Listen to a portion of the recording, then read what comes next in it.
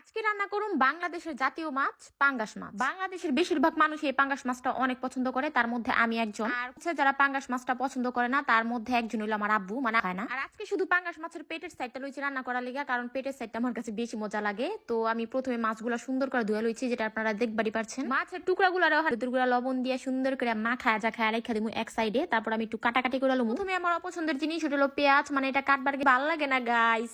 তো কি করুম, এটা কাটন লাগবো, তো কষ্ট আমার চোখ দাবা পানি ফুটতেছে। তো যাই হোক, পেঁয়াজের পরে আমি দিয়ে দিলাম টমেটো, মানে পাঙ্গাস মাছের মধ্যে টমেটো না দিলে হইব কোন। তো আমি একটা দাম রাখা টমেটো তো ওইটা আমি চাকচাক করে কাটা লইছি। তারপরে এই যে কটা পেন, কারণ একবার অনেকগুলো পেঁয়াজ কাটলে আমার চোখ জ্বলে, তো আমি একটু একটু করে কাটি পেঁয়াজ, তারপর আবার অন্যটা কাটি, তারপর আবার পেঁয়াজ কাটি। তো এটা আমার নিনজা টেকনিক গাইস। তারপর এত বড় টুকরাটা আমি সুন্দর করে উল্টাইবার গিয়া মানে বান্দর বানা ফেলাইছি, মাছের টুকরাটা পুরো নষ্ট করে দিলাম। তো সমস্যা নাই, আমি লাইরালুরা ঠিক করে দিলাম। এই যে আমাদের মাছগুলা ভাজা শেষ, আর পাঙ্গাস মাছ জীবনটা বাইরে যায়, মানে তেল এত ছিটে ভাই, নিজের জীবন বাজি রেখা তারপরে পাঙ্গাস মাছ বাজন লাগে। তো যাই হোক, আমি এই যে পাঙ্গাস মাছের তেলের মধ্যে আবার দিয়ে দেওয়ার পরে পরিমাণ মতো লবণ দিয়ে দিলাম। আর আপনারা অনেকে কোন আপু তুমি তো ছাড়া তরকারি, হ্যাঁ এই সোনামণিরা তোমরা কি বলো, হ্যাঁ লবণটা সবসময় পেঁয়াজের সঙ্গে পর থেকে খেয়াল করবা। তো পেঁয়াজটা হালকা একটু ভাজার পরে আমি দিয়ে দিচ্ছি ওই যে, তারপরে দিয়ে দিলাম কাঁচামরিচ, তারপরে পেঁয়াজ আর টমেটোর বাইজে একেবারে লেতা করুম, মানে দুইটা মনে করেন মিক্স হয়ে যাবো একবারে। তারপর আমি একটা মশলা বানালাম, এখানে আমি দিয়ে দিলাম আদা রসুন পেস্ট, দিয়ে দিলাম মরিচের গুঁড়া, হলুদের গুঁড়া, জিরা গুঁড়ো, ওটা আমি মানে ভুলে গেছি ক্যামেরার মধ্যে অ্যাড করতে, কারণ আপনারা জানেন না। তারপর আমি পানি দিয়ে মিক্স করে নিলাম, ওইটা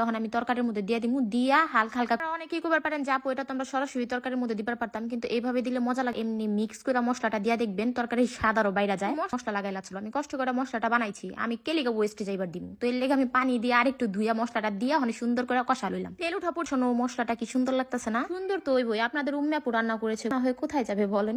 তো তারপরে আমি এখানে দিয়ে দিলাম আবারও এক বাটি পানি। পানি দেওয়ার পরে এখানে আমি দিয়ে দিমু ওই যে মাছ যেগুলো মচমচো করে ভাজা, আর তারপর এখানে আমি দিয়ে দিমু আর কয়টা কাঁচামরিচ, কারণ একেবারে শেষে কাঁচামরিচটা দিল। দেওয়ার পরে তরকারিটা জাল দিয়ে লুমু, হালকা যখন ঝোলটা টানবো তখন এটার মধ্যে আমি দিয়ে দিমু ধইনা পাতা দেওয়ার পরে আর একটু ঝোলটা টানা লুমু। তারপরে এই যে আমাদের তরকারি ফাইনাল লুক। তো আপনারা কে কে পাঙ্গাস মাছ খাইতে পছন্দ করেন অবশ্যই কিন্তু কমেন্ট করে জানাইবেন। জাস্ট গ্রেভিটা আপনারা দেখো লোভনীয়, আর ক্যামেরার মধ্যে একটু অন্য কালার লাগতেছে। তবে একবার সহজ করে পাঙ্গাস মাছটা রান্না করে দেখবেন, অনেক মজা লাগে। তো আমি অনেক গরম ভাত দেখাইবার বুয়া। এর মাঝখানে কথা কই, আমার ভিডিওগুলো যার কাছে ভালো লাগে তা সোনাময়না পাখিরা টিকটক আইডির বাইরে কিন্তু আমার পেজের লিঙ্কটা দেওয়া আছে, যাও ফেসবুক পেজে সবকিছুর আপডেট দিই। তো আমি সুন্দর করে মাখা খাই নিতেছি। আজকের এই ভিডিওটা এই পর্যন্তই ছিল। আজকের জন্য আল্লাহ হাফেজ, বাই বাই।